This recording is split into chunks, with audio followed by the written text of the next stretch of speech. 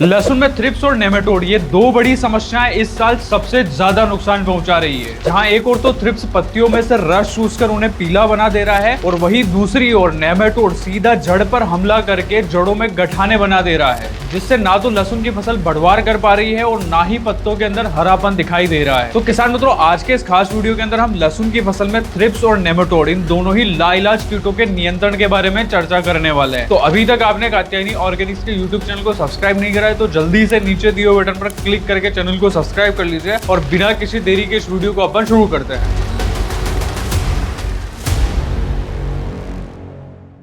किसान मित्रों, वीडियो शुरू करते हैं और बात करते हैं वीडियो के सबसे पहले कीट के बारे में, यानी कि थ्रिप्स के बारे में। तो ये जो थ्रिप्स है ना किसान मित्रों, ये लहसुन की फसल में एक बार अगर घुस जाए तो इसे कंट्रोल करना काफी मुश्किल हो जाता है और ये लहसुन की फसल के अंदर हर साल नुकसान पहुंचाता है। और ये लाइलाज कीट अगर एक बार लहसुन की फसल के अंदर घुस जाए तो इसको कंट्रोल करने के लिए काफी किसान अलग अलग कीटनाशकों का स्प्रे करते हैं, अलग अलग हेवी से हेवी कीटनाशक लाके डालते हैं, लेकिन ये जो थ्रिप्स रहता है ना काफी मुश्किल तरीके से कंट्रोल होता है। लहसुन की फसल में जो थ्रिप्स रहता है ना, ये सबसे पहले नई और नाजुक पत्तियों पर हमला करता है, क्योंकि नाजुक पत्तियों में से रस चूसना आसान होता है, उसी कारण से ये सबसे पहले उन्हीं पर हमला करता है। उसके बाद में धीरे धीरे करके फैलता जाता है और जो पौधे की पुरानी पत्तियां रहती है ना उन पर भी हमला करना शुरू कर देता है। और जो नई पत्तियां रहती है उनमें से तो रस चूसते ही है, साथ ही साथ में पुरानी पत्तियों में से भी रस चूसकर उनके अंदर स्कोर्चिंग लेके आ जाता है। स्कोर्चिंग मतलब क्या होता है ना कि टाके जैसे निशान बना देता है। दूर से देखोगे आप तो ऐसा लगेगा किसी ने पत्ते को खुरेस दिया हो, ऐसा निशान जो है वो बनते हुए दिखाई देते हैं।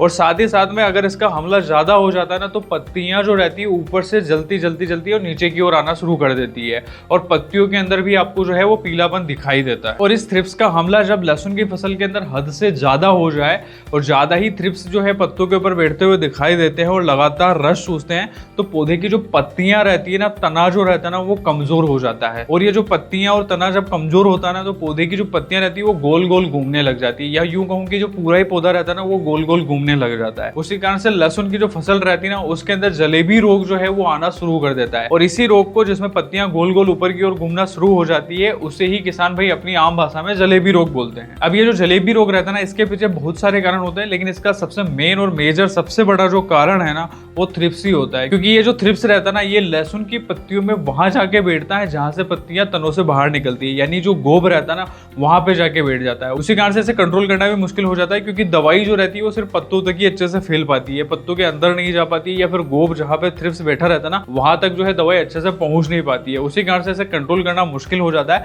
और ये लगातार पत्तियों में से रस चूसता रहता है। और किसान मित्रों, ये जो थ्रिप्स है ना इस साल लहसुन की फसल में उन क्षेत्रों में ज्यादा देखने को मिल रहा है जिन किसानों की लहसुन के खेत के पास में अगर उन्होंने प्याज की नर्सरी लगा रखी ना तो वहां पर इसका जो है प्रकोप ज्यादा देखने को मिल रहा है। क्योंकि क्या होता है ना, जो प्याज की नर्सरी रहती है ना उसमें भी थ्रिप्स का हमला काफी ज्यादा होता है और जो प्याज की फसल पे जो थ्रिप्स आते हैं ना वो उड़ के जो है वो लहसुन की फसल में भी बैठ जाते हैं और उसी कारण से उन किसानों को सबसे ज्यादा लहसुन की फसल के अंदर नुकसान उठाना पड़ रहा है। तो किसान मित्रों, अभी तक आपने समझ लिया कि थ्रिप्स होता क्या है और फसल को किस प्रकार से नुकसान पहुंचाता है।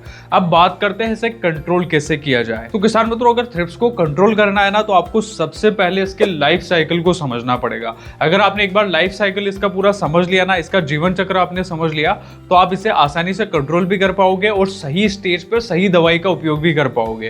तो ये जो थ्रिप्स रहता है ना इसकी मुख्यतः 4 अवस्थाएं होती है। पहली होती है एग, दूसरी होती है निम्फ, तीसरी होती है प्यूपा और चौथी होती है एडल्ट। ये 4 अवस्थाओं में अपना पूरा जीवन जो है व्यतीत करता है। अब ये जो चारों अवस्थाएं रहती है ना इनमें 2 अवस्थाएं जो है वो सबसे ज्यादा फसल को नुकसान पहुंचाती है। पहली तो होती है निम्फ और दूसरी होती है एडल्ट। ये दोनों ही अवस्थाओं में थ्रिप्स जो रहता है पत्तियों में से रस चूसता है और पत्तियों में टांके जैसे निशान बना देता है और क्लोरोफिल जो रहता है ना उसे लगातार कम करता जाता है। तो किसान मित्रों, जो थ्रिप्स रहता है ना इसका लाइफ साइकिल समझाने का मेरा मतलब इतना सा है कि आप जो है उसकी 2 अवस्थाओं पे आपको सबसे ज्यादा ध्यान देने की जरूरत है। पहली तो है निम्फ और दूसरी है एडल्ट। इस अवस्था पर आप इन्हें कंट्रोल कर देते हो ना तो ये फसल को नुकसान नहीं पहुंचा पाएंगे। या मैं यूं कहूं कि जो थ्रिप्स जो रहता है ना अगर उसकी एग वाली अवस्था यानी अंडे वाली अवस्था पर है उसी समय अगर अपन ऐसा कीटनाशक उपयोग कर ले जिससे थ्रिप्स के अंडे भी खत्म हो जाए तो इसकी जो नई आगे आने वाली जो पीढ़ी है ना वो फसल को नुकसान नहीं पहुंचा पाई। तो किसान मित्रों, अब बात करते हैं थ्रिप्स को कंट्रोल करने वाले वाले पावरफुल कॉम्बो के बारे में। तो किसानों, तो थ्रिप्स को कंट्रोल करने के लिए आज के समय मार्केट में कई सारे कीटनाशक उपलब्ध है, लेकिन थ्रिप्स जो है ये एक कीटनाशक से कंट्रोल नहीं होता है। क्योंकि क्या होता है ना कि अभी तक किसानों ने पिछले सालों में काफी ज्यादा कीटनाशकों के उपयोग करे, उसी कारण से थ्रिप्स के अंदर जो है वो रेसिस्टेंट पावर बढ़ चुकी है। उसी कारण से आपको थ्रिप्स को कंट्रोल करने के लिए 2 से 3 टेक्निकल एक साथ मिला के स्प्रे करने पड़ेंगे, तभी जाके थ्रिप्स का जो है वो आसानी से कंट्रोल हो पाएगा। तो थ्रिप्स को कंट्रोल करने के लिए आपको सबसे पहले कात्यायनी प्रोपसिप, जिसके अंदर profenofos 40% plus cypermethrin 4% EC form में आता है, इसको उपयोग में लेना है। और इसकी मात्रा कितनी रखनी है आपको? 400 ml प्रति एकड़ के हिसाब से रखनी है। और इसी के साथ में आपको कात्यायनी अटैक सीएस, जिसके अंदर लैम्बडा साइक्लोथ्रिन 4.9% सीएस फॉर्म में पाया जाता है, इसकी 100 ml की मात्रा को इसके साथ में मिक्स करना है। इससे क्या होगा ना कि टोटल जो है वो 3 टेक्निकल एक साथ मिक्स हो जाएंगे और तीनों टेक्निकल जो रहेंगे वो थ्रिप्स के ऊपर काफी अच्छे तरीके से और काफी हैवी तरीके से कंट्रोल करेंगे। अब इसके साथ में आपको एक काम और करना है कि आपको इसके साथ में कात्यायनी नीम ऑयल, जिसके अंदर 10,000 ppm की मात्रा होती है, उसको आपको 250 ml प्रति एकड़ के हिसाब से उपयोग में लेना है। अब नीम ऑयल में आपको इसलिए मिक्स करने के लिए बोल रहा हूँ क्योंकि नीम ऑयल छिड़काव जब अपन करते हैं ना तो ये पत्तों के अंदर जो है वो कड़वापन लेके आता है। उसी कारण से जो है नए थ्रिप्स जो रहेंगे वो पत्तों में से रस चूस नहीं पाएंगे और पत्तियों से दूर रहेंगे। उसी कारण से फसल की काफी अच्छे तरीके से सुरक्षा होगी। और साथ ही में जो मैंने आपको प्रोफेनोफॉस प्लस साइफरमेथ्रिन बताया है ना, ये थ्रिप्स की दोनों स्टेज यानी कि निम्फ वाली जो अवस्था रहता है उसको भी कंट्रोल करता है, साथ ही साथ में जो है एडल्ट वाली जो स्टेज रहती है ना उसके ऊपर भी इसके काफी अच्छे और बेहतर तरीके से रिजल्ट देखने को मिलते हैं। और जो लेमड़ा अपन ने इसके साथ में मिलाया है ना, लेमड़ा साइक्लोथ्रिन 4.9% है, ये थ्रिप्स की एग वाली जो अवस्था रहती है, अंडे वाली जो अवस्था रहती है ना, उसको काफी अच्छे तरीके से कंट्रोल करता है। मतलब ये कॉम्बो अगर अपन अपनाते हैं ना तो थ्रिप्स की सारी अवस्थाएं, जितनी भी अवस्था पे थ्रिप्स आपकी फसल में होगा ना, वो काफी अच्छे तरीके से कंट्रोल हो जाएगा। और जब भी अपन लहसुन की फसल के अंदर छिड़काव करते हैं तो आपको इसके साथ में कात्यायनी केटेलाइजर यानी कि सिलिकॉन स्प्रेडर जो है वो उसके साथ में मिलाना ही है, क्योंकि थ्रिप्स जो रहता है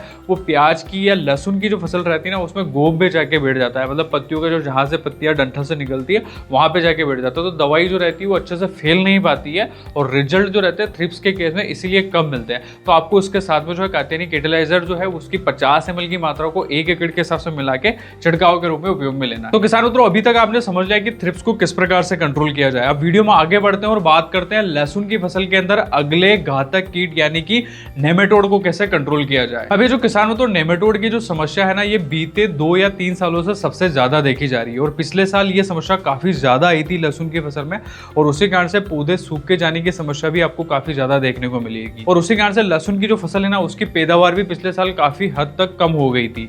अब ये जो नेमेटोड रहता है ना, ये ज्यादातर ऊटी वाली जितनी भी वैरायटियां है ना उसके अंदर सबसे ज्यादा हमला करता है और उन्हीं वैरायटियों पर इसके हमले जो है अभी तक सबसे ज्यादा देखे गए हैं। ये जो नेमेटोड रहता है ना, ये लहसुन की फसल में सबसे पहले जो हमला करता है ना वो जड़ के ऊपर हमला करता है और जड़ जो रहता है ना उसको पंचर करके अंदर की ओर इंटर हो जाता है और अंदर इंटर होने के बाद में जो है अपने अंडे जो है जड़ के अंदर छोड़ देता है। उसी कारण से जड़ें जो रहती है उसमें गठाने बन जाती है, जड़ें जो रहती है वो फूल जाती है और उसी कारण से जड़ जो है वो जमीन से पोषक तत्व जो अच्छे से ग्रहण नहीं कर पाती है और पौधे आपको शुरुआत में जो हल्के हल्के पीले पड़ते दिखाई देते हैं और धीरे धीरे करके पौधे जो रहते हैं वो घेरों में सूखने लग जाते हैं। और आगे चल के जब इसका हमला बढ़ जाता है ना तो लहसुन की कली को आप उखाड़ के देखोगे तो लहसुन की जो कली रहती है ना वो अंदर से पूरी की पूरी खोखली हो जाती है और जब इसे दबाते हो ना तो बिल्कुल जो है वो पानी निकलने लग जाता है। तो अब ऐसी कंडीशन पर आपको समझ जाना है कि जो लहसुन की फसल है ना उसके अंदर नेमेटोड का हमला हो चुका है। और इस नेमेटोड को अगर आपको पहचानना है तो इसका एक और लक्षण होता है, जब इसका हमला लहसुन की फसल में होता है ना तो लहसुन के पौधे को आप उखाड़ के देखते हो ना तो जमीन से तुरंत ही उखड़ जाता है। मतलब जो जड़ें रहती है ना वो जमीन में ज्यादा ठोस नहीं रहती है,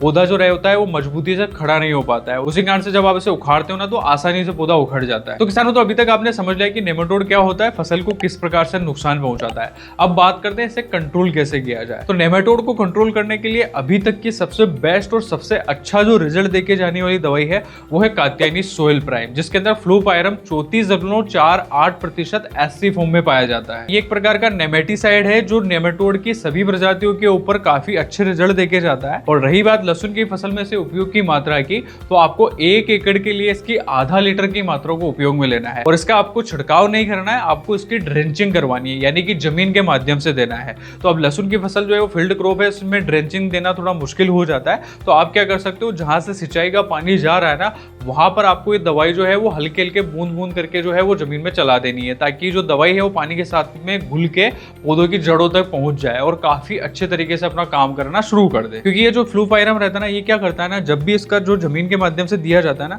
तो नेमेटोड जो जमीन के अंदर फैला हुआ है, जमीन के अंदर जड़ों को नुकसान पहुंचा रहा है ना, उनको पहले ये सबसे पहले पहले लकवा ग्रस्त करता है, उसके बाद में नेमेटोड जो रहता है ना ये खाना खाना जो है धीरे धीरे करके बंद कर देता है। उसी कारण से 2 से 3 दिन के अंदर ये नेमेटोड जो रहता है पूरी तरीके से खत्म हो जाता है। तो किसान मित्रों यही थे लहसुन की फसल में थ्रिप्स और नेमेटोड दोनों समस्याओं को कैसे कंट्रोल किया जाए। आपको वीडियो में दी गई जानकारी अच्छी लगी हो तो इसे लाइक करें, चैनल को सब्सक्राइब करना बिल्कुल ना भूलें। साथ ही साथ में लहसुन की अगली वीडियो आप किस विषय पर देखना चाहते हैं कमेंट बॉक्स में जरूर बताएं। धन्यवाद।